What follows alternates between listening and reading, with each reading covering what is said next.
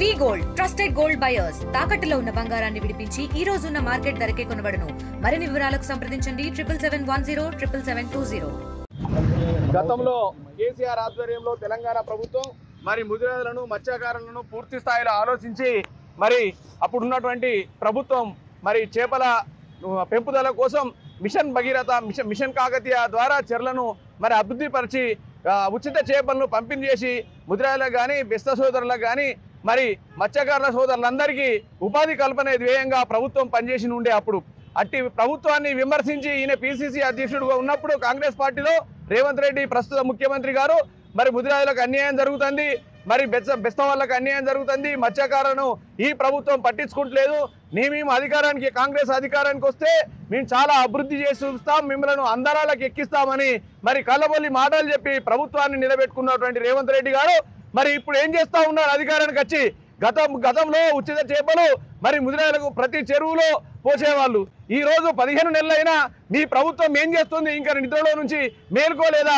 మరి ముదిరాజుల స్థితిగతుల మీద మీరు ఏం చేస్తా ఉన్నారు? అప్పుడు జనాభాలో అత్యధికంగా సింహభాగంగా ఉన్నటువంటి ముదిరాజులని గుర్తించినావు, మరి ఈ రోజేమో ఆ సింహభాగంలో ఉన్న ముదిరాజుల ఓట్లే అవసరం తప్ప మరి సీట్ల కాడికి వచ్చినా మరి అభివృద్ధి కాడికి వచ్చినా వాళ్ళ పైన ఆలోచన చేయడానికి మీరు ఏం చేస్తున్నారు?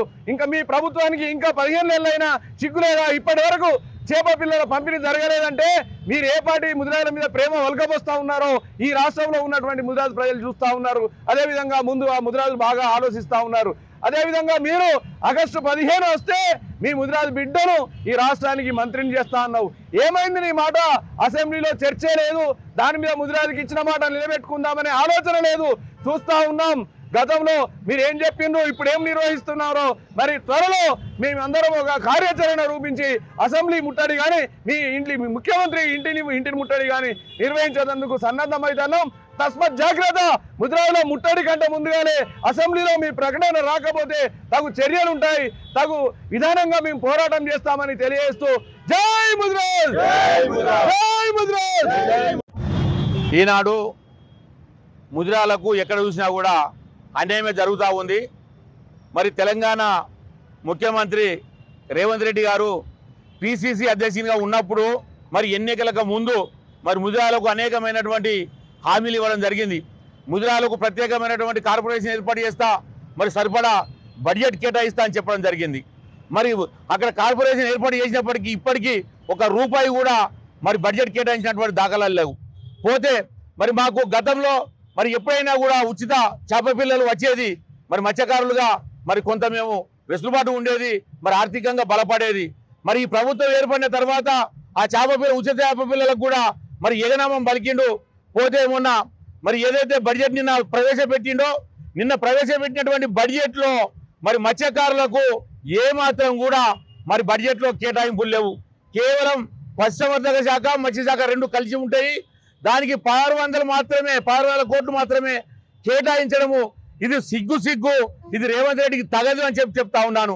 మరి ఎన్నికల సమయంలో ముదిరాలను BCD నుండి BCAలోకి మారుస్తా, మరి ఏదైతే రాజశేఖర రెడ్డి అప్పుడు జీవో ఇచ్చిండో జీవో 15/2009 దాన్ని అమలు పరుస్తా, ముదిరాలకు న్యాయం చేస్తా అన్నటువంటి రేవంత్ రెడ్డి ఆ యొక్క నినాదాన్ని కూడా మరి అటకెక్కించిండు. మరి ఆయన హామీని కూడా తుంగలో దొక్కిండు.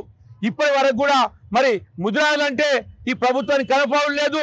మరి ఆగస్టు 15 వరకు మంత్రి పదవి ఇస్తానటువంటి రేవంత్ రెడ్డి ఇప్పటి వరకు కూడా ఆ దిశగా అడుగు వేసినటువంటి పాపన పోలేదు.